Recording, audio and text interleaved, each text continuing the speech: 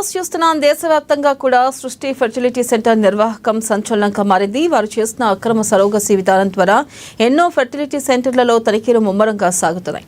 పోలీసుల కస్టడీ విచారణలో ప్రధాన నిందితురాలు డాక్టర్ నమ్రత చేసిన అక్రమాలు ఒక్కొక్కటిగా బయటపడుతున్నాయి.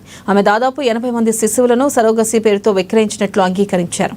పేద గిరిజన కుటుంబాల నుంచి తక్కువ ధరకు పిల్లలను కొనుగోలు చేసి వారిని సరోగసీ ద్వారా పుట్టినట్లుగా చెప్పి సంతానం లేని దంపతులకు లక్షలాది రూపాయలకు అమ్ముకున్నట్లుగా దర్యాప్తులో తేలింది.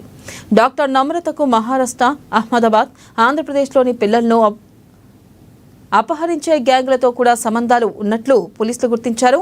ఇక ఈ గ్యాంగుల నుంచి 3 నుంచి 5 లక్షలకు పిల్లలను కొనుగోలు చేసి ఆపై సరోగసి కోసం వచ్చిన దంపతుల నుంచి 30 నుంచి 50 లక్షల వంటి భారీ మొత్తాలను వసూలు చేసినట్లు వెల్లడైంది.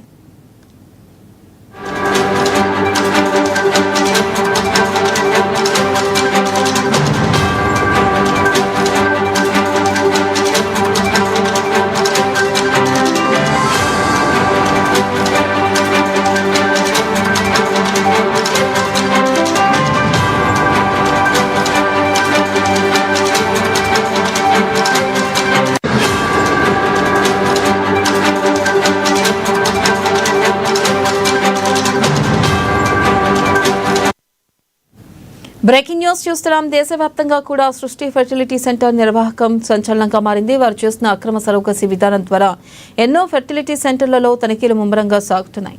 పోలీసుల కస్టడీ విచారణలో ప్రధాన నిందితురాలు డాక్టర్ నమ్రత చేసిన అక్రమాలు ఒక్కొక్కటిగా బయటపడుతున్నాయి. ఆమె దాదాపు 80 మంది శిశువులను సరోగసీ పేరుతో విక్రయించినట్లు అంగీకరించారు. పేద గిరిజన కుటుంబాల నుంచి తక్కువ ధరకు పిల్లలను కొనుగోలు చేసి వారిని సరోగసీ ద్వారా పుట్టినట్లుగా చెప్పి సంతానం లేని దంపతులకు లక్షలాది రూపాయలకు అమ్ముకున్నట్లు దర్యాప్తులో తేలింది. ఇక డాక్టర్ నమ్రతకు మహారాష్ట్ర, అహ్మదాబాద్, ఆంధ్రప్రదేశ్లోని పిల్లలను అపహరించే గ్యాంగులతో కూడా సంబంధాలు ఉన్నట్లు పోలీసులు గుర్తించారు. ఈ గ్యాంగుల నుంచి 3 నుంచి 5 లక్షలకు పిల్లలను కొనుగోలు చేసి ఆపై సరోగసి కోసం వచ్చిన దంపతుల నుంచి 30 లక్షల నుంచి 50 లక్షల వంటి భారీ మొత్తాలను వసూలు చేసినట్లు వెల్లడైంది.